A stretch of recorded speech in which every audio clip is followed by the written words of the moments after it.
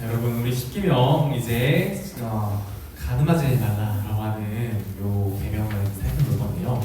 여러분 가늠이 뭐죠? 가늠? 헌정선에서 살펴보면은 약간 좀 가늠이란 말 쓰진 않잖아요, 그렇죠? 잘 쓰진 않는 용어니까. 근데 이게 국어사전에 쳐보면 뭐라고 나오냐면 부정한 성관계, 배우자 외에 뭐 맺는 성관계, 뭐 이런 거를 이제 부정한 성관계라고 얘기하고 이렇게 얘기를 하는 거예요. 그래서 쉽게 우리가 보통 언제 이렇게 부정한 성관계 하면은 대표적으로 뭐가 있죠? 불륜. 불륜 있는 거예요, 불륜. 이 불륜이라는 단어 알죠? 불륜. 왜 잘 알겠어요, 우리가? 드라마나 영화에서 아주 자주 나오는 부분이기 때문이죠. 자, 여러분 혹시 드라마 알아요? 혹시 드라마 알아요? 부부의 세계? 알아요. 알면 안 되는데. 알면 안 되는데. 우리가 19세인데. 근데 이게 되게 유명했어요. 유명해서 알 수 있어. 뭐 인스타나 이런 데 짤이나 뭐 쇼츠 뭐 이런 걸로 또 굉장히 많이 나왔던 드라마이기 때문에 여러분도 충분히 알 수 있는데, 이거 뭐를 소재로 한 드라마죠? 불륜을 소재로 한 드라마예요. 진짜 대놓고 불륜이에요. 심하다 싶을 정도로 이렇게 얽히고 저렇게 얽히고 진짜 동물의 왕국도 아니고 정말 그런 불륜의 끝판왕, 거의 뭐 막장 드라마라고 하죠. 이제 그런 식으로까지 이제 보였던 드라마예요. 자, 근데 제가 이거를 이제 보여주는 이유는 드라마나 영화에서 꼭 뭐가 나와요, 여러분? 웬만하면 뭐가 나와요? 꼭 불륜까지는 아니더라도 남녀가 뭐 하는 거지 자꾸 묘사가 되고 나와요. 성적으로 관계를 갖는, 혹 성적으로 관계를 갖는 장면을 묘사하진 않더라도 쟤네가 이제 뭐 했겠거니, 쟤네 잠자리 가졌겠거니 하는 그런 장면들을 꼭 어떻게 해요? 꼭 넣죠. 그러면은 이 영화나 드라마들은 왜 넣을까요? 왜 그런 성적인 장면을 왜 꼭 넣을까요? 왜 넣을까요? 그래야 잘 팔리니까, 시청률 나오니까. 그래서 넣는 거예요. 그럼 왜 그렇게 넣어야, 그 성적인 장면들이 왜 꼭 넣어야 잘 팔리고 시청률이 잘 나올까요? 자, 여러분, 이런 드라마 같은 거는 다 이거 뭐예요? 드라마, 영화 이런 거 다 뭐예요? 이야기죠, 이야기. 사람들이 만들어낸 이야기란 말이요. 근데 이야기가 재밌으려면요, 여러 가지 조건들이 있어야 되지만 그 대표적인 것 중에 하나가 뭐냐면, 첫 번째는 설득력이 있어야 돼. 여러분 보면서 말도 안 돼. 말도 안 돼. 뭐 있을 법하지도 않아. 그런 것들을 보면요, 별로 공감이 가지 않아요. 그래서 재미가 없어요. 근데 여러분 SF 영화 같은 거 있잖아요. 근데 그런 것들로 사실 말이 안 되잖아요, 그렇죠? 근데도 재밌는 이유는 그 말이 안 되는 걸 말이 되게끔 나름대로 설득력 있는 그런 것들을 굉장히 잘 만들어놨기 때문에 재밌는 거예요. 그러니까 기본적으로 우리가 어떤 이야기를 재밌게 느끼려면 뭐예요? 그것이 진짜 말이 되는지 안 되는지를 떠나서 그냥 우리가 머릿속으로 한번 생각해봤을 때 그럴 수도 있겠다, 그럴만하다라는 이런 식으로 우리가 설득이 돼야 재밌는 거예요. 자, 그리고 그냥 설득만 되면 다 재밌을까요? 그럼 이야기가? 그래, 있을 법한 이야기지 뭐 모르면은 그건 재밌을까요? 그냥 세영이가 아침에 일어나서 학교에 가서 밥을 먹고요, 학원에 가서 태권도에 갔어요. 있을 법하고 굉장히 설득력 있는 이야기잖아요, 그렇죠? 근데 그 이야기만 쭉 이야기하면 재밌어요? 재밌지 않아요. 그러면 뭐가 있어야 또 재밌을까? 우리 인간들이 열망하고 소망하는 어떤 욕망을 자극해 주는 게 있어야 돼. 그렇죠? 우리는 그냥 일상 평범한 걸 원할까요? 별로 그건 원하지 않아요. 근데 그것조차 원해서 그런 거를 어떤 콘텐츠로 만드는 사람들이 있고 그걸 소비하는 사람들이 있지만, 대체적으로는 어떤 걸 소비하죠? 좀 더 자극적이야지. 어떤 식으로? 내가 뭔가 공부를 하더라도, 그냥 내가 오늘 뭐 공부를 해서 시험을 쳤어요. 평범하죠? 이렇게 되면 이야기 재미없어. 어떻게 해야 돼? 공부를 했더니 1등을 했어. 전교 1등을 하고 이 친구들이 박수를 쳐주고, 내가 회장 선거에 나가서 회장이 되고, 내가 어떤 정책을 펼쳤는데 아이들이 막 따라오고 추종하고 막 그래. 그리고 어떻게 인스타에 어떤 글을 올렸어. 내가 뭐 어떤 춤을 추는 걸로 막 올렸어. 그냥 올리고 끝나면은 이야기가 재밌을까요? 아니죠? 그게 어떻게 돼야 돼? 그걸 통해서 엄청난 창피를 당한다든가, 아니면 엄청난 조회수, 좋아요를 기록한다든가, 이런 식으로 돼야 돼요. 자, 이런 데는 어떤 요소가 있는 거예요? 우리가 원하는 욕구, 열망, 이런 것들이 충족돼 줘야 되는 거예요. 자, 뭐라고 했어요? 첫 번째, 설득력이 있어야 되고, 두 번째, 뭐가 있어야 된다? 우리 욕망을 만족시켜주고 충족시켜주는 뭔가가 있어야 된다는 거예요. 자, 그럼 우리 인간들의 욕망 대표적인 것들 있죠. 뭐가 있을까요? 우리 인간 욕망 대표적인 거 식욕, 수면욕, 성욕, 3대 욕구가 있잖아요. 그렇죠? 이 외에도 여러 가지 욕구가 있죠. 여러 가지 욕구가 있지만 이 세 개가 가장 대표적인 거잖아요. 자, 그러면 우리 뭐 있다고요? 3대 욕구 중에 뭐 있어요? 성욕. 성욕이 있단 말이에요.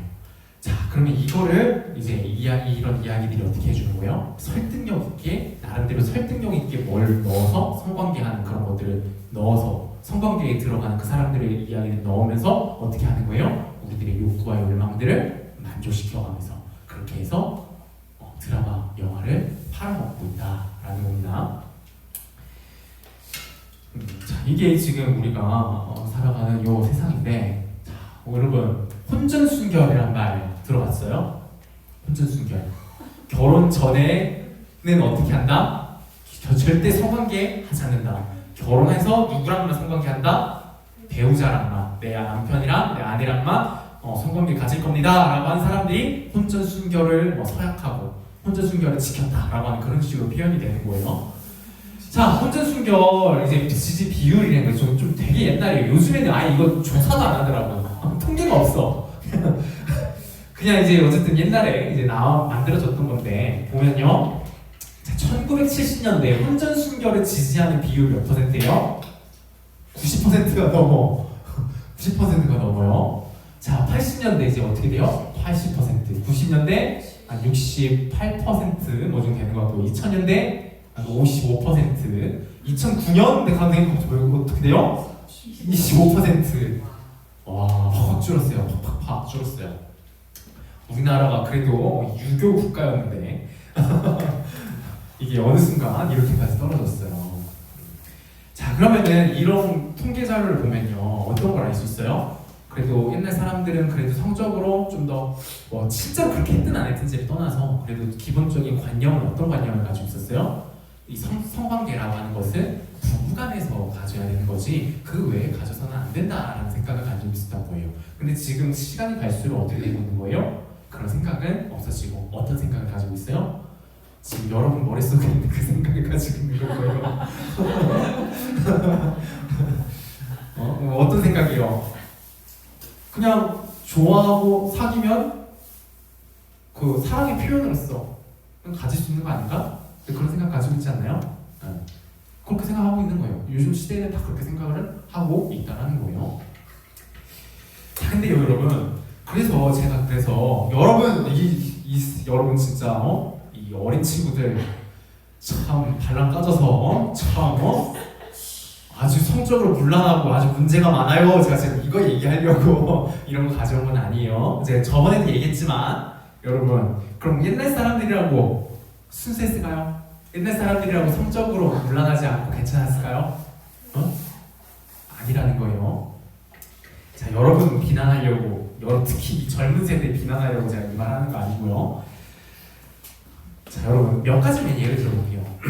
아무리 이렇게 얘기했을지 몰라도 이거는 우리나라 몇십 년 사이만 비교했을 때 이런 식으로 지금 양상이 나타나는 거지. 여러분 이거를 좀 더 넓게 한번 보자는 거예요. 좀 더 인류 전체적인 역사를 한번 보자는 거예요. 그러면 어떻게 되냐? 절대 성적으로 깨끗하지 않다는 거예요. 예를 들어 볼게요. 여러분 고대에는요 종교 행사라는 게 있었어요. 종교 행사가 있었어요. 여러분 오늘날 종교 행사라고 하면은 그냥 이렇게 기도하고 예배드리고 찬양하고 이런 거 생각하잖아요. 근데 옛날 고대에는요 종교 행사가 어떤 거였는 줄 알아요? 종교적으로 행사를 한대요. 신께 어떤 정성을 드리고자 하면서 모여가지고 뭘 해요. 그럼 뭐 했는 줄 알아요? 여러분 신전에는요 늘 여자나 남자 사제들이 있었어요. 그 사람들은 뭐 하는 사람들이었냐면 성관계를 하는 사람들이었어요. 옛날에는요 신을 이렇게 신께 어떤 뭔가 경배를 드리고 하는 그런 행위로서 신께 만족을 주는 행위로서 뭘 했냐면은 성관계를 했어요. 그래서 대대적인 예배를 드린다 그러면은 뭘 하는 거였냐면 대대적인 성관계를 하는 거예요. 그냥 여러 명들이 함께 그 장소에서 그 신상 앞에서 성관계를 가졌던 거예요. 그런 게 만연했어요. 그냥 뭐 어떠한 종교만 본 게 아니라 대부분의 고대 종교들이 그런 식으로 종교 생활을 했단 말이에요. 여러분 깨끗해요? 하나도 깨끗하지 않죠. 자, 그리고요 우리 요즘 철학 이런 거 되게 똑똑한 사람들이 하는 거고, 철학하면 되게 고상하고 그런 이미지가 있잖아요, 그렇죠? 근데 여러분 이런 철학이 어디서 시작됐어요? 그리스에서 시작이 됐잖아요. 그리스 철학자도 얼마나 고상하고 똑똑하고 현명하고 막 그렇게 해요. 근데 그 사람들이 어떻게 행동했는 줄 알아요? 어떻게 이야기하고 어떻게 생각하고 어떻게 이야기하는 줄 알아요? 이성과 남자와 여자의 사랑은 저급한 거다. 남자와 남자의 사랑이 아주 고귀하고 고급한 거다. 이렇게 얘기했어요. 그래서 실제로 남자와 남자를 사랑하고 남자와 관계를 맺는 것을 괜찮다고 생각하고, 그게 오히려 더 고결하다 생각했어요. 그렇게 할 수 있는 사람이 더 뛰어난 수준의 철학자라고 생각을 했어요. 그러니까 실제로 그랬어요. 실제로 이런 식으로 그런 것도 있었고요. 자, 이제 우리가 생각하기를 이렇게 서양이 그렇지 동양은 안 그렇다. 우리 동양은 괜찮다라고 우리 생각할 수 있는데, 여러분 우리 동양에서도 가장 엄격했던 시대 언제죠? 성적으로 엄격했던 시대, 조선시대죠. 조선시대 문화 때문에도 이렇게 1970년대에 이렇게 손전등을 지켜야 된다 이런 생각도 하고 했던 거예요. 근데 여러분 한 가지 얘기하자면 이 혼전순결 굉장히 강조를 했는데요. 이 혼전순결이 정말로 남녀가 다 그렇게 해야 된다고 그렇게 생각해서 그렇게 지켰던 걸까요? 그러지 않았어요. 누구에게만 해당되는 건 줄 알아요? 이 혼전순결이 여자한테만 해당되는 거예요. 조선시대에는요, 혼전순결이요 누구에게만 요구되고 강요된 건 줄 알아요? 여자한테만 강요한 거예요. 남자들은 어떻게 했는 줄 알아요? 이 여자 저 여자 다 만나고 다녔어요. 그래서 1처, 2처, 3처, 4처 아주 부인들 여러 명 두고 그렇게 했단 말이에요. 그러니까 여러분, 그러면은 그럼 왜 이런 거 만들었을까요? 조선시대에는요. 당시에 힘을 가지고 있던 권력을 가지고 있던 사람들은 누구예요? 남자 양반들이었죠. 그 사람들이 뭘 원했던 거예요? 어떤 여자를 원했던 거예요? 순결한 처녀를 원했던 거예요. 그러니까 혼전순결이라는 그런 조항과 윤리적인 잣대를 만들어가지고 어떻게 한 거예요? 막 억압을 하고 그렇게 했던 거예요. 그럼 결국에는 조선시대 성적으로 깨끗한 거예요? 하나도 깨끗하지 않았다라는 겁니다. 자, 어쨌든 제가 이런 이야기를 하는 건요, 이거 통해서 어떤 특정 시대가 문제가 있었고 어떤 특정 인간들이 성적으로 문제가 있다, 그게 아니라는 거예요. 여러분, 우리나라뿐만 아니라 우리 모두가 살아가는 이 모든 세상의 인간들은요, 어떤 문제를 가지고 있다고요? 성적으로 문제를 가지고 있다는 거예요. 누구 한 사람이 특별히 문제가 있는 게 아니라요, 사람이라면 누구나 다 어떤 문제를 가지고 있다고요? 성적으로 더러워져 있는, 성적으로 뭔가 바르지 않고 뭔가 망가져 있는 어떤 그러한 상태들을 다들 가지고 있고, 그래서 시대가 어떤 문화적으로 조금만 그 물꼬를 틀어주면 어떻게 되는 거예요? 바로 그것으로 향하여 나아간다는 거예요. 그게 우리 인간이다라는 거죠. 자, 우리가 살펴보는 계명 7계명, 간음하지 말라는 거예요. 아까 간은 뭐라고 그랬죠? 부정한 성관계, 배우자 외에 갖는 모든 성관계라고 했어요. 자, 그러면 이것에 대한 의미, 성경에서도 그걸 이야기하고 있어요. 뭐라고 얘기하냐면은 결혼 외에서 갖는 모든 성관계가 뭐다? 간음이다라고 얘기하고 그걸 하지 말라고 금지하고 있어요. 자, 그러면 이제 이것에 대해서 좀 더 우리 구체적으로 생각해 보면 이렇게 생각해 볼 수 있을 거예요. 자, 제가 질문을 할게요. 여러분 한번 생각을 해봐요. 결혼한 사람이 다른 결혼한 사람이랑 성관계를 가졌어요. 그러면 간음일까요, 아닐까요? 간음이죠. 이 기준에 따르면 간음이에요. 자, 그리고 결혼한 사람이 결혼하지 않은 어떤 사람과 관계를 맺었어요. 그럼 이건 간음일까요, 아닐까요? 이것도 간음이에요. 자, 이제 마지막 세 번째인데요. 둘 다 결혼하지 않았어요. 둘 다 결혼한 상태가 아니에요. 그 두 사람이 관계를 맺었어요. 그러면 이건 간음일까요, 아닐까요? 이건 아니에요? 아니라는 생각 딱 들 수 있어요. 근데 여러분 잘 생각해봐요. 성경에서 이야기하는 기준이 뭐냐? 성경에서 얘기하는 기준, 아까 뭐라고 그랬죠? 결혼 관계 밖에서 일어나는 모든 성관계라고 했어요. 자, 그러면요. 결혼하지 않았어요. 결혼하지도 않았어요. 그렇죠? 결혼 상태가 아니에요.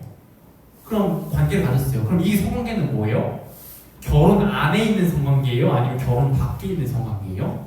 결혼 밖에 있는 성관계라는 거예요. 그래서 정확하게 성경이 이야기하는 기준대로라면 결혼하지 않은 그냥 그 사람들, 여러분과 같은 청춘의 사람들끼리 사귀고 하면서 갖게 되는 성관계, 그것도 간음이다 아니다? 그것도 간음이고 성경에서 금지하는 성관계다라는 거를 그냥 기억을 하면 좋을 것 같아요. 자, 우리 레위기 20장 10절을 보면요, 이런 말씀이 있어요. 이게 간음이고요. 그리고 하나님은 이 간음에 대해서 어떻게 생각을 하시냐? 자, 우리 한번 읽어볼까요? 시작. 누구든지 남의 아내와 간음하는 자, 곧 그의 이웃의 아내와 간음하는 자는 그 간부와 음부를 반드시 죽일지니라. 간음은 뭐 이런 거다라는 건 모두 봤고, 이 간음에 대해서 하나님이 어떻게 생각하시고 어떻게 하기를 원하시냐 보면은 뭐예요? 그 처벌 수위가 어때요? 뭐예요? 죽여야 돼요. 사망, 죽음이요. 사형. 누구를 죽였어? 그러면 그것에 대한 벌은 뭐예요? 대가는 뭐예요? 사형이죠. 간음도 뭐라는 거예요? 간음했어. 그럼 그것에 대한 대가가 뭐래요? 사형이래요.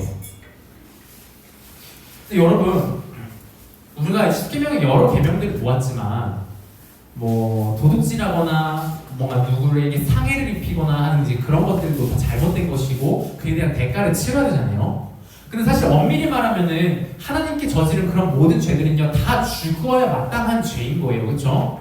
죽어 마땅한 죄인 건데, 근데 그래도요 하나님이 이렇게 율법을 주실 때요, 이런 법을 주실 때 그래도 뭐 도둑질하거나 뭐 그랬으면은 그 값의 그 값만큼, 그 값의 2배 정도만 보상을 해줘라. 누구 어떤 소울이 좀 상하겠니? 누가 좀 다치겠니? 그럼 그것에 대한 보상을 좀 이렇게 해줘. 그러면은 그 죄 용서받은 걸로 할게라고 이런 식으로 가르쳐 주시거든요. 근데 이 간음에 대해서는 어떻게 해요?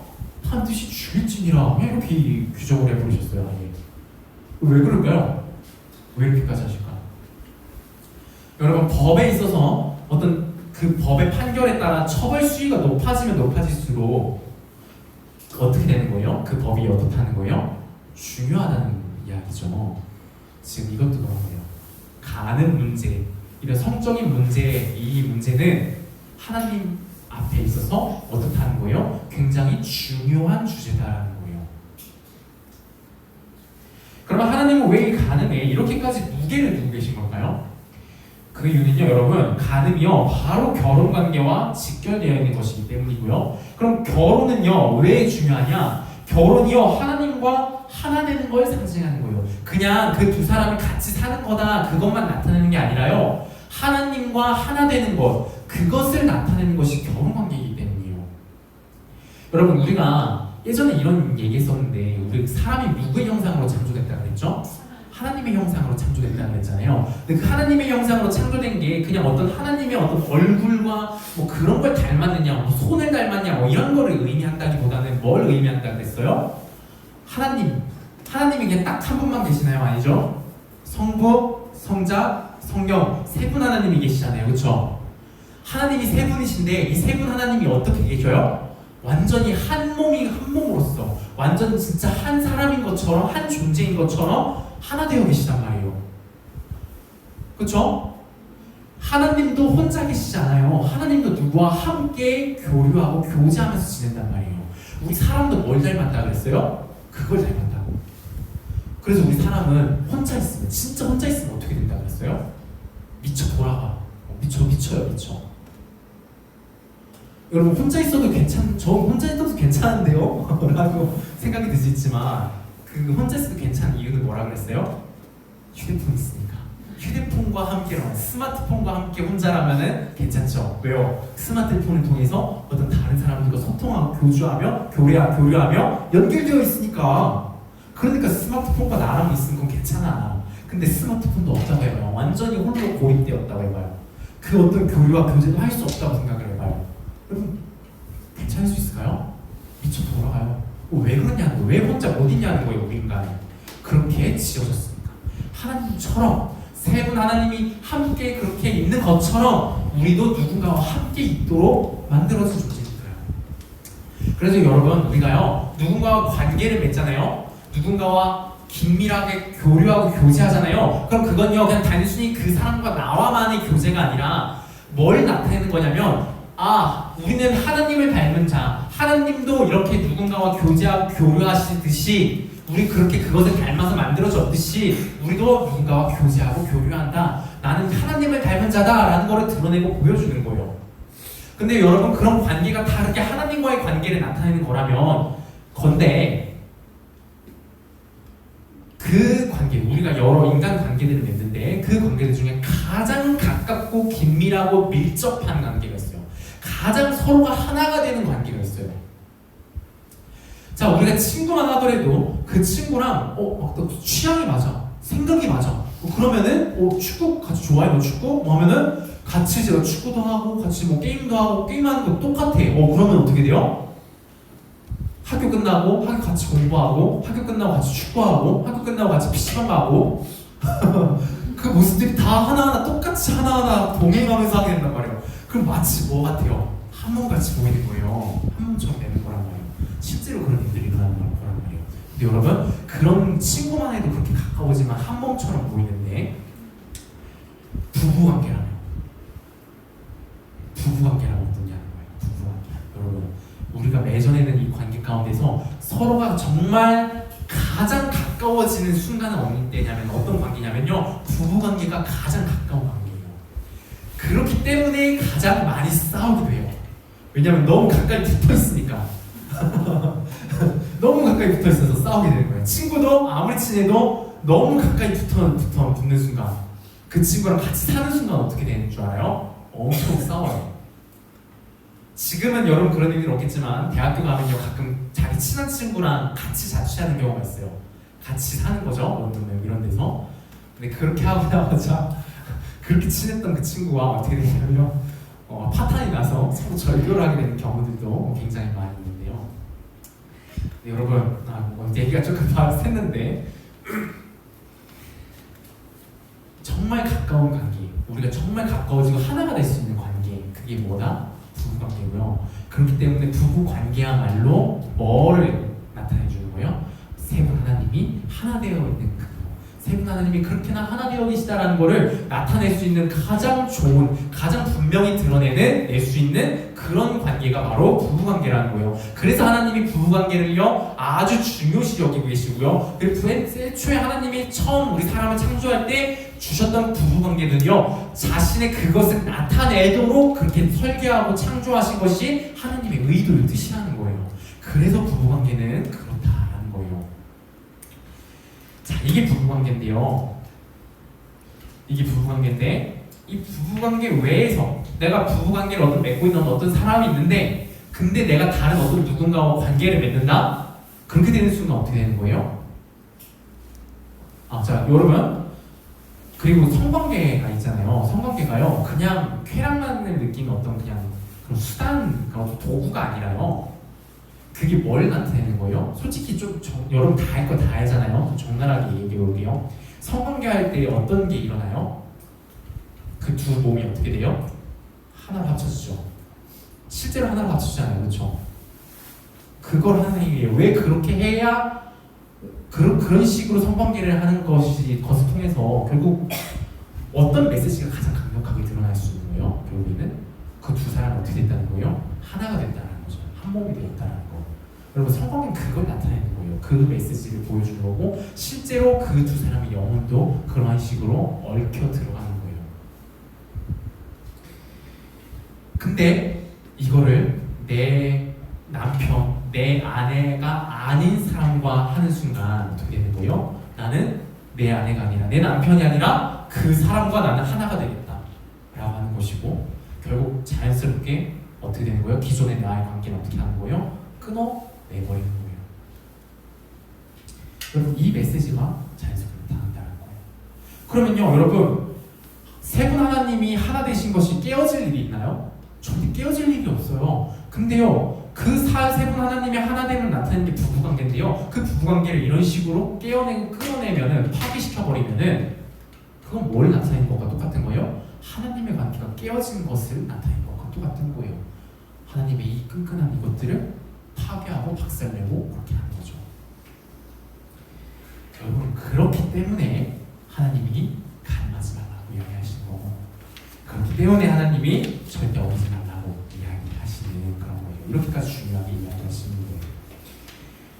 자, 근데요, 어쨌든 이제 이렇게까지 이야기하더라도 여러분, 우리는 죄인이기 때문에, 우리는 이 욕구가 망가져 있는 존재들이기 때문에 우리는 계속해서 이런 의문을 포기하지 못해요. 어떤 의문이냐? 그래도 결혼 전에는 괜찮지 않나요? 그래도 결혼 전까지는 괜찮지 않나요? 라는 이런 생각이 들어요. 아직 누군가와 하나가 되겠다고 서약한 것도 아니고 평생 함께할 한 사람을 만나기 전까지는 그래도 여러 사람과 깊은 관계를 맺어봐야 그래야 그 한 사람을 잘 만날 수 있고 또 미련도 안 남아서 그 사람한테 잘 헌신할 수 있지 않을까요? 라고 하면서 어떻게든 성적인 나의 그 즐거움의 기간을 마련하기 위해 우리가 좀 애를 쓰게 된다는 거예요. 네, 여러분, 아까도 얘기했듯이 성관계는요, 하나님께서 결혼한 부부관계에게만 허락된 행위인데 성관계는 구체적으로 뭘 나타내는 거라고요? 결혼하여 하나된 자들이 자신들의 하나됨을 나타내는 아주 강력한 행위가 성관계라고 했어요. 그런데 그걸 결혼하지도 않은 자들이 그 행위를 하는 게 적절할까요?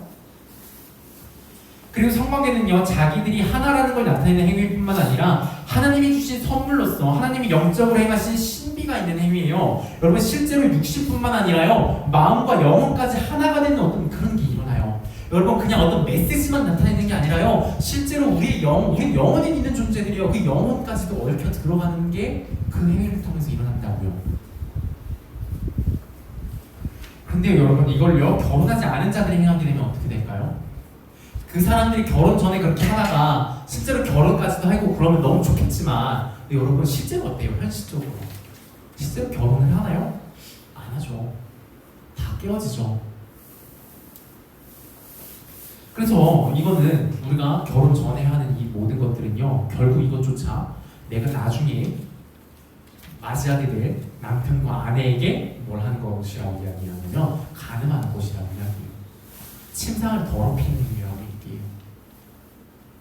왜요? 나는 이미 다른 사람과 하나 되기로 계속 메시지를 내 영혼이 그 사람과 얽혀 계속해서 들어갔는데요. 그게 여파가 남아있어요.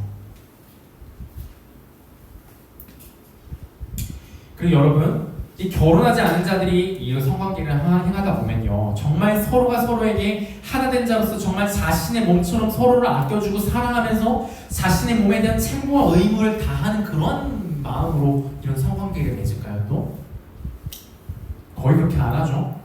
그렇게 못하게 되는 경우도 많죠. 어쨌든 이렇게 되면 결국 어떻게 되는 거예요? 하나님의 강력한 행위를 해놓고도 자신들은 서로 아무런 관계도 아니라는 듯이 서로를 밀어내고 끊어내는 일들을 하게 되는 거예요. 여러분, 무분별한 성관계를 갖는 자들이요, 마치 자신들은 아무렇지도 않고 그 무거운 의무와 책임을 지지 않으면서도 쾌락을 얻어가고 있기에 아주 자신들이 이익을 보고 있다고 생각하고 그걸 잘하는 게 자신들의 뛰어남이라고까지 자랑하고 있죠. 자꾸 이런 식으로 이야기하는 애들 보면, 그런 사람들 보면, 이런 거 잘하고 있는 사람들 막 SNS나 유튜브 이런 데 막 나오잖아요. 그런 사람들 보면 솔직히 어때요? 부럽지 않아요? 막 선망이 되지 않아요? 저 사람처럼 나도 잘 나가고 싶다.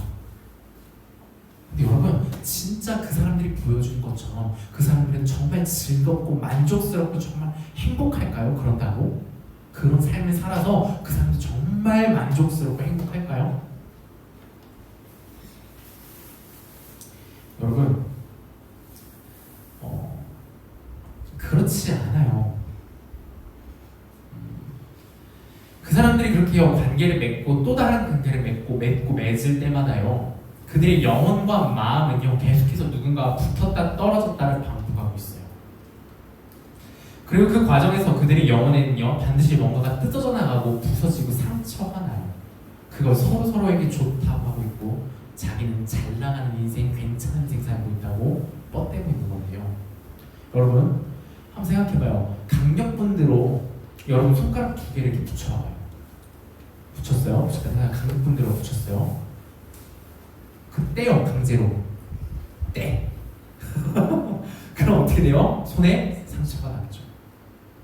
여러분, 그런 접착이 강력하면 강력할수록 떨어질 때 더 큰 상처가 나는 거예요. 여러분, 이런 강력분들, 그냥 우리가 일반적인 관계에서 맺는 그런 접착보다도 강력한 게 이성 간에, 부부 간에 그 성관계를 통해 맺어내는 접착이고요. 근데 그거를 강제로 자기 임의대로 붙였다 떼었다를 반복한다라고 한다면 어떻게 될까요? 그냥 우리 육신을 붙였다 떼는 것이 아니에요. 우리 마음과 영혼도 붙었다 떨어지는 거예요. 어떻게 될까요? 이거 계속 반복한다면 그 영혼은, 마음은 너덜너덜해지겠죠. 그래서 여러분, 그 사람들이 잠깐은 잘 나가는 것 같고 행복해 보이지만 그 삶을 계속해서 반복하고 하는 그 사람들, 결국 나중에 어떻게 되냐면 결국 그 사람들도 고백을 해요. 내 삶 참 공허하다, 무의미하다, 내가 뭐 하는지 모르겠다. 나중에 처음에는 이게 즐겁고 어떤 면에서는 정복하는 그런 정복 욕구와 그런 만족들이 있어가지고 내가 여러 여자들을 만났고 여러 남자들을 만났는데 이제는 만나도 감흥이 없다. 그냥 무의미하고 허무하다. 그런 말을 진짜 하게 돼요. 그게 그들의 결론이에요. 여러분, 그게 만족이 됐다면은 그것만, 성공기만 여러 개, 성적인 것만 난잡하게 하는 걸로 끝나야죠. 근데 성적인 걸로 그렇게 난잡한 사람들이 결국 어디까지 가는 줄 알아요? 결국은 약에 손을 대요. 마약 때문에 한동안 계속 시끄러웠죠. 마약을 해야 돼요. 그럼 그래야 뭐가 만족이 되는 거예요. 마약으로도 뭐가 만족이 되나요? 만족이 되지 않죠. 그러다 결국에는 자기의 몸이 사망에 이르는 때까지 약을 하다가 인생을 파탄내는 지경까지 가게 되는 거죠.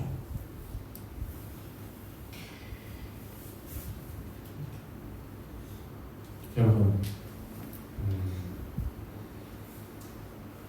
그리고 우리가 성관계를 할 때 그저 이거를 자기의 쾌락과 즐거움만을 위한 것으로만 생각을 하고 그렇게 성관계를 한다고 하면요, 그렇게 어떤 사람은 이성을 만나고 그렇게 그 사람과 관계를 맺고 할 때 그럼 그 사람은요, 그 이성을 어떻게 생각할까요?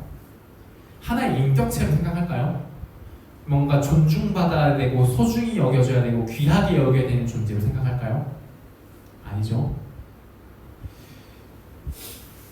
우리 여자친구들 보면은 그런 친구 좀 더 이런 유혹이 좀 더 있을 거예요. 보면 학교에 보면은 무조건 딱 치마 딱 짧게 딱 하고 딱 그거 해가지고 아주 성적인 매력이죠. 매력을 어필하고 그래가지고 여러 오빠들 잘 만나고 다니고, 그래서 오빠들한테 막 이것저것 막 물건 같은 거, 심지어는 백도 아직 학생인데도 어른한테 막 백 같은 거 받아가지고 막 그런 자랑하고 진짜 완전 성인 여성처럼 이렇게 살아가는 그런 친구들이 있어요. 그런 친구들 보면서 한편으로는 걔네 당연히 얼굴 아름답죠. 아름다운 몸매를 가지고 있고 정말 아름다운 것들을 가지고 있는데 그런 걸 그렇게 사용을 하는 친구들이 있어요. 그런 친구들 보면서 어떻게 보면 한편으로는 솔직히 나도 여자라면은 그런 여자가 있다면 부러울 것 같아. 그런 식으로 막 누리고 살아가니까. 근데 여러분, 그 여자는 결국 그래서 행복할까요? 그 여학생은 행복할까요? 여러분, 그 여학생은요, 그렇게 만나는 그 남자들한테 자기는 이것도 받고 저것도 받아라고 하는데, 근데 여러분, 진짜 사랑을 받을까요? 진짜 존중과 인격체로서의 그 존중과 고귀함과 그 존귀함을 받을까요? 그 여자가? 그 여학생이? 아니요. 그 오빠들, 그 남자들은 그 여자를 어떻게 바라보는 줄 알아요? 물건이요, 물건. 자기의 그 쾌락을 잠깐만 채우기 위한 물건. 그걸 위해 돈을 지불하고 있는 거예요. 그걸 위해 선물이라는 돈을, 대가를 주고 그 쾌락을 사가고 있는 거예요. 그거를 갖다 주는 물건이 되는 거예요. 여러분, 얼마나 비참한가요?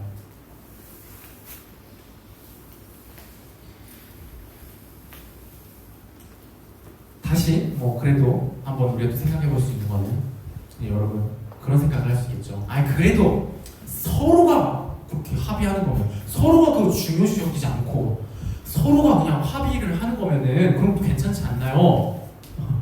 라는 생각을 할 수 있거든요. 근데 여러분 이것조차도요 그렇지 않아요. 여러분 미국에요 잘 나가는 여성 저널리스트가 있었어요. 저 한 되게 유명했던 잘 나가는 그런 저널리스트예요. 뭐 글 같은 거 쓰는 거죠. 인터넷이나 뭐 어떤 잡지나 이런데 어떤 좀 영향력 있는 글을 쓰는 사람이 저널리스트예요. 그런 사람이 있었는데 되게 능력 있는 거죠. 되게 능력 있는 커리어 우먼이었고, 그리고 근데 이 여자분은 어떤 생각을 가지고 있었냐면 원나잇을 아주 가볍게 생각하고 늘 즐기는 사람이었어요.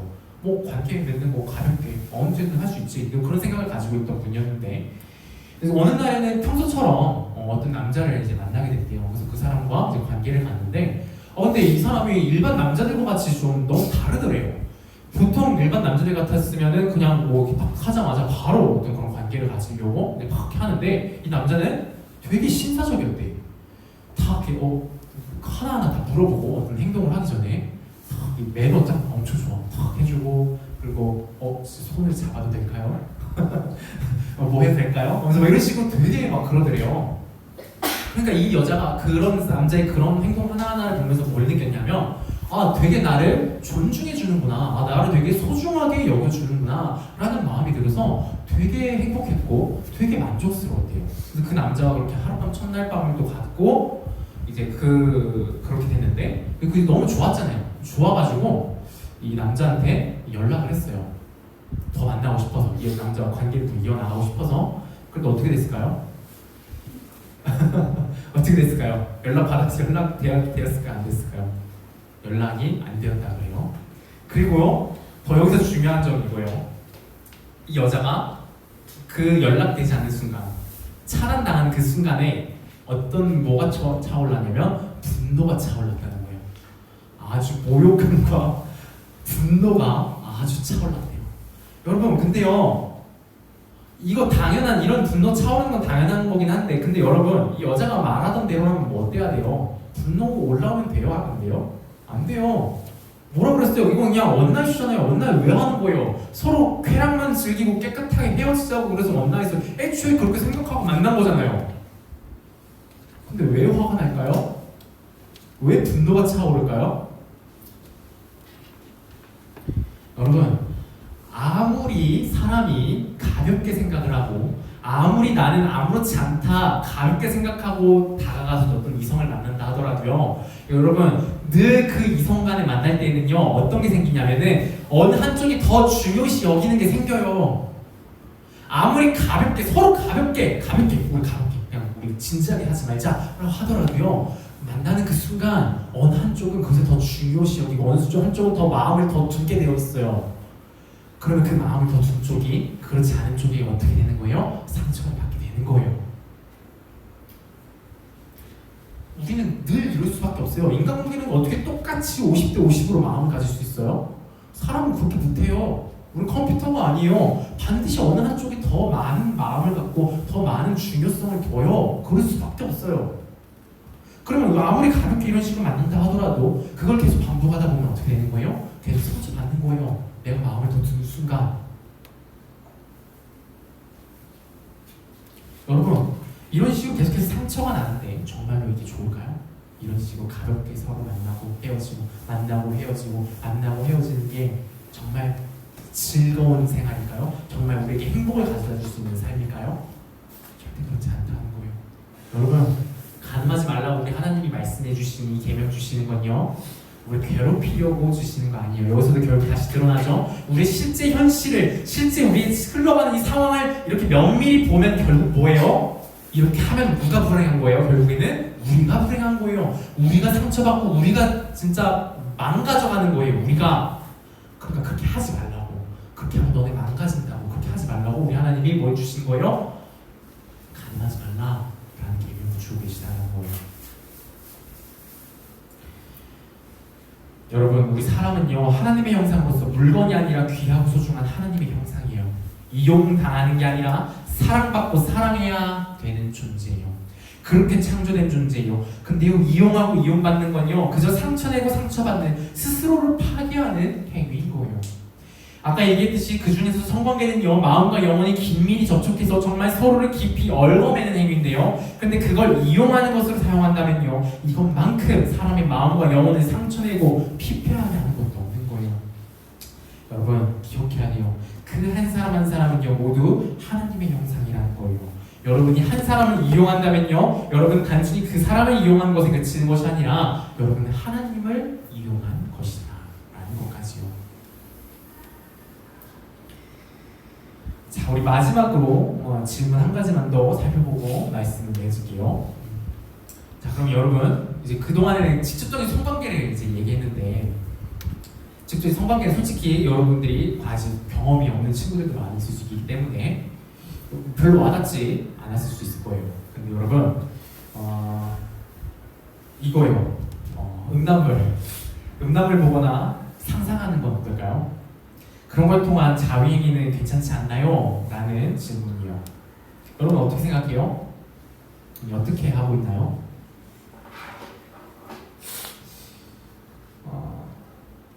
지금까지는 직접적인 성관계 얘기를 하니까 뭔가 자기와는 크게 상관없는 그런 얘기처럼 느껴질 수도 있는데, 이런 부분까지도 만약에 기준으로서 제시하시는 것이다 라고 한다면 어때요?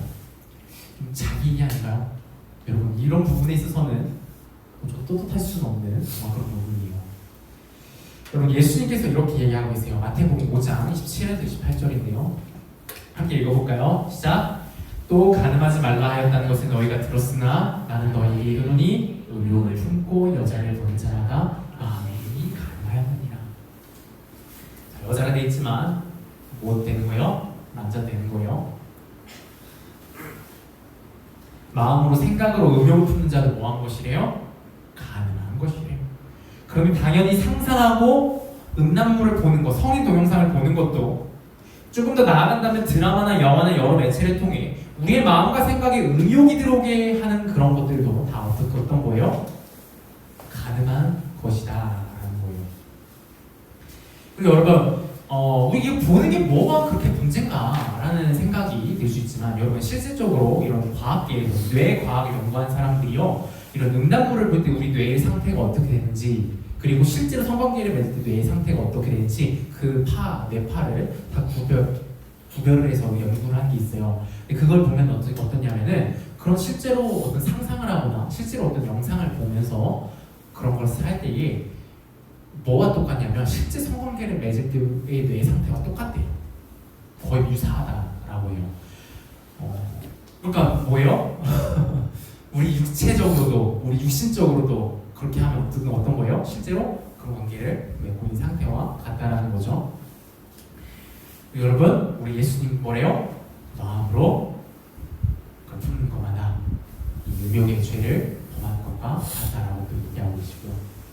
여러분 우리의 모든 죄는요 어디서부터 시작되죠? 우리 겉으로 나타나는 그 모든 문제들은 사실 어디서 시작된 거예요? 우리 마음에서 시작된 거죠. 절대 그냥 겉으로만 존재하고 우리 마음과는 분리되어 상관없는 그런 것이 아니에요. 내가 실질적으로 이것을 행하였다고 행하지 않았다고 이것을 지키고 안 지키고 결정되는 것이 아니라, 어디서부터 우리는 그것이 순결하고 깨끗하고 지켜져야 지키는 거예요? 마음에서부터 순결하고 깨끗하고 지켜져야 지키는 것이다 라는 거예요. 여러분 근데 우리는 늘 어때요? 수시로 음욕이 들어오죠. 누구나 다 그럴 거예요. 아무리 깨끗하고 아무리 뭐 수행을 하고 고행을 했다라고 하는 그 사람조차도요, 여러분 그 사람 마음에도 들어와 있는 게 뭐예요? 음욕이에요. 여러분만 뭐 특별히 문제라고 제가 지금 이렇게 하는 게 아니라요, 여러분 우리 모든 인간들이 다 그렇다고요. 여러분 실제로 고행한 사람들은 뭔가 특별할 것 같지 않아요? 그래도 그렇게까지 수행을 했는데. 근데 여러분 그렇게 차단하다가 여자의 얼굴조차도 아예 보지도 않고 살다가 그 사람이 세상에 잠깐 내려왔어요. 뭐 살 거 있어서 내려왔다 생각해봐요. 내려오는 순간 어떻게 되는 줄 알아요?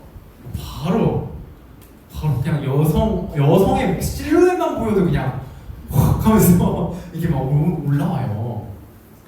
그 우리 남자 친구들은 이제 군대 가서 그런 거 많이 느낄 텐데, 군대에서 진짜 여자의 그 얼굴도 보지 못하고 살다가 몇 개월 몇 주 그렇게 하다가 사회 나오는 순간 어떻게 되냐면은 진짜 그냥 여성이에요. 그냥 정갈하게 입으신 여성이에요. 그 여성만 봐도 어때요?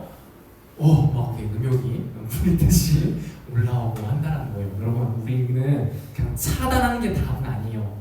그냥 차단한다고, 그냥 겉으로 보이지 않게 한다고 우리가 이것을 해결할 수 있는 게 아니에요. 이 마음의 문제, 우리가 그냥 어떤 노력을 한다고, 수행을 한다고, 고행을 한다고 해결할 수 있는 게 아니에요. 여러분, 우리의 마음을, 우리의 영혼을 고쳐주실 수 있는 분, 그분이 누구예요? 우리 예수 그리스도 한 분뿐이라는 거예요. 그리고 아까도 얘기했지만 우리가 이렇게 하는 이 모든 것들이 결국에는 누구에게까지도 우리가 범죄하는 거예요? 하나님께 범죄하는 거고, 그리고 우리가 이런 식으로 간음하고 우리가 범죄하고 하는 이런 모든 것들은 사실 누구를 배신하고 누구를 거역하는 거예요? 하나님을 배신하고 하나님을 거역하는 거예요. 근데 여러분, 우리를 하나님의 형상으로 만드시면서 하나님은요, 사실상 어떤 존재로 상정을 하셨냐면은 우리와 결혼한 것으로까지 우리 하나님이 생각하고 계세요. 명확하게 결혼식을 올리고 그런 건 아니지만요, 하나님은 우리를 뭐로 생각한다고요? 우리를 배우자로 생각한다고요. 그 정도로 우리를 한 몸으로 생각하고 하나 되는 존재로 생각한단 말이에요. 근데 우리가 이런 하나님을 생각하지 않고, 이런 하나님을 사랑하지 않고 다른 누군가를 사랑한다면 그럼 어떻게 되는 거예요? 우리는 간음을 한 거예요. 바람을 핀 거예요. 여러분, 이런 차원에 있어서 우리는 늘 뭐하고 있어요? 하나님 앞에서 바람을 피고 있어요. 불륜을 저지르고 있는 게 우리의 현실이라는 거예요. 여러분, 그래서요, 이스라엘 백성들이 범죄하는 것에 대해서 이 구약 성경에서 뭐라고 묘사하고 뭐라고 책망하시냐면, 너희가 지금 음란하다, 아주 음란하다, 내 앞에서 너희는 아주 음란하다, 그렇게 이야기하고 정죄하시는 거예요. 왜요? 하나님은 우리를 어떻게 여기서 어떻게 하셨는데 우리를 배우자로 삼아서 배우자처럼 여기고 계시는데 그렇게 행동하니까요. 여러분, 우리 호세아 말씀 하나만 우리 살펴보고 진짜 끝냈죠. 우리 호세아 성경책 그거 한번 호세아서가 있거든요. 한번 찾아봅시다. 자, 갑자기 생각난 말씀이어서 준비가 안 돼 있어요.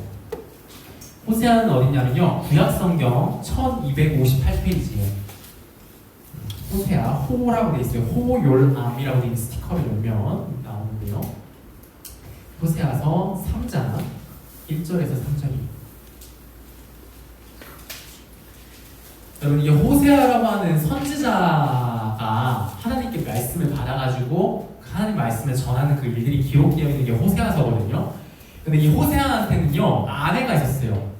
아내가 있었는데 이 아내가 아주 틈만 나면 바람을 피는 거예요. 자꾸 틈만 나면 다른 남자한테 가가지고 막 가고 그런 일들이 자꾸 벌어지는데, 그런 호세아한테 하나님이 하시는 말씀이 바로 3장 1에서 3절이거든요.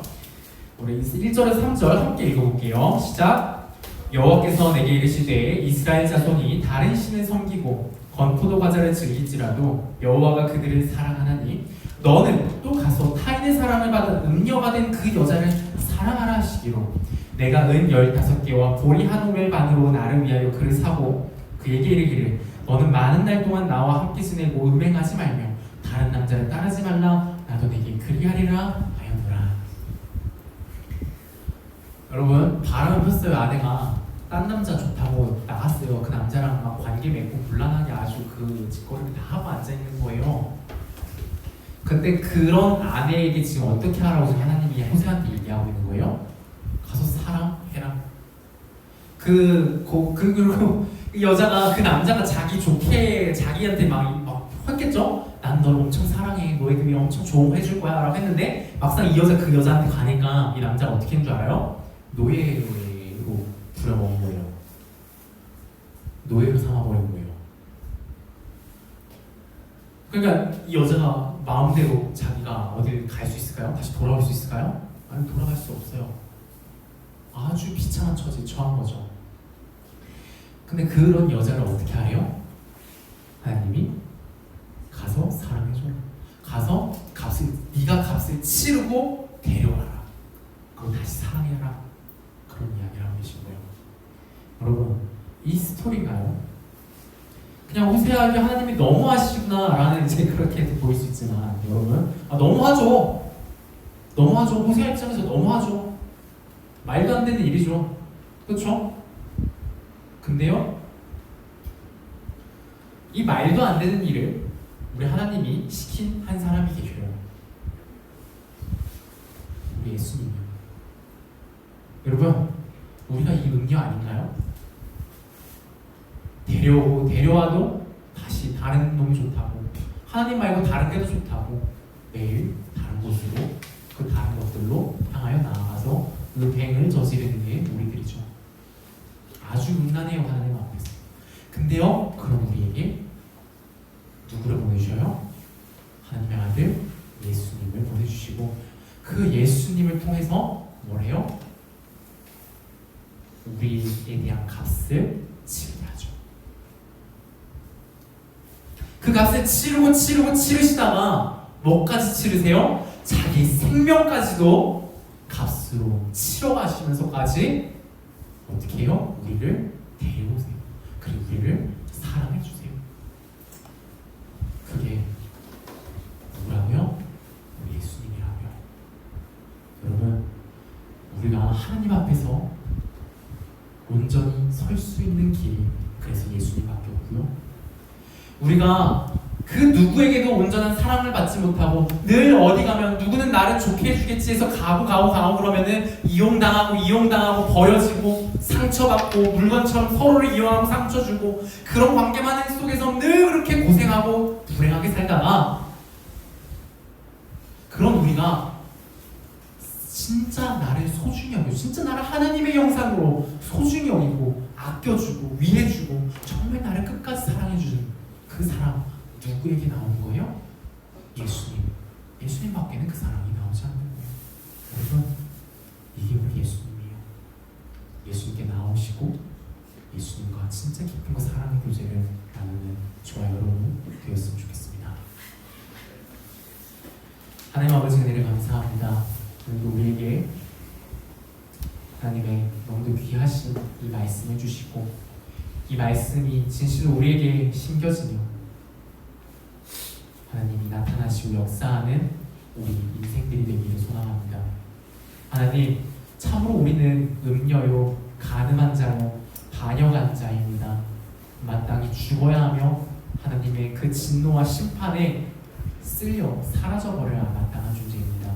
비참한 처지에 있다면 그 비참한 처지에 있는 대로, 쓰레기에 처박혀 있다면 처박혀져 있는 대로 그냥 그렇게 소각되어져야 될 존재입니다.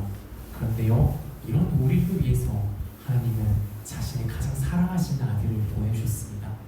그 아들을 통해 우리가 치러야 되는 그 값을 다 치러주시고, 자신의 생명마저도 그리스도의 피를 흘리시면서까지 그 값을 치러주시면서까지 우리를 하나님께로 돌아오게 하셔서 감사합니다. 아버지, 우리가 그 사랑을 기억하고 감사하며 이 사랑을 온전히 누릴 수 있게 하시옵소서. 오늘도 내일도 예수님께 나아가 이 사랑 안에 온전히 거하며 하나님만 사랑하는 그 삶을 다시금 결단하고 다시금 그 한 걸음을 걸어나가는 그런 귀하고 복된 우리 주 모든도 되게 하여 주시옵소서. 우리 주 예수 그리스도의 이름으로 기도합니다.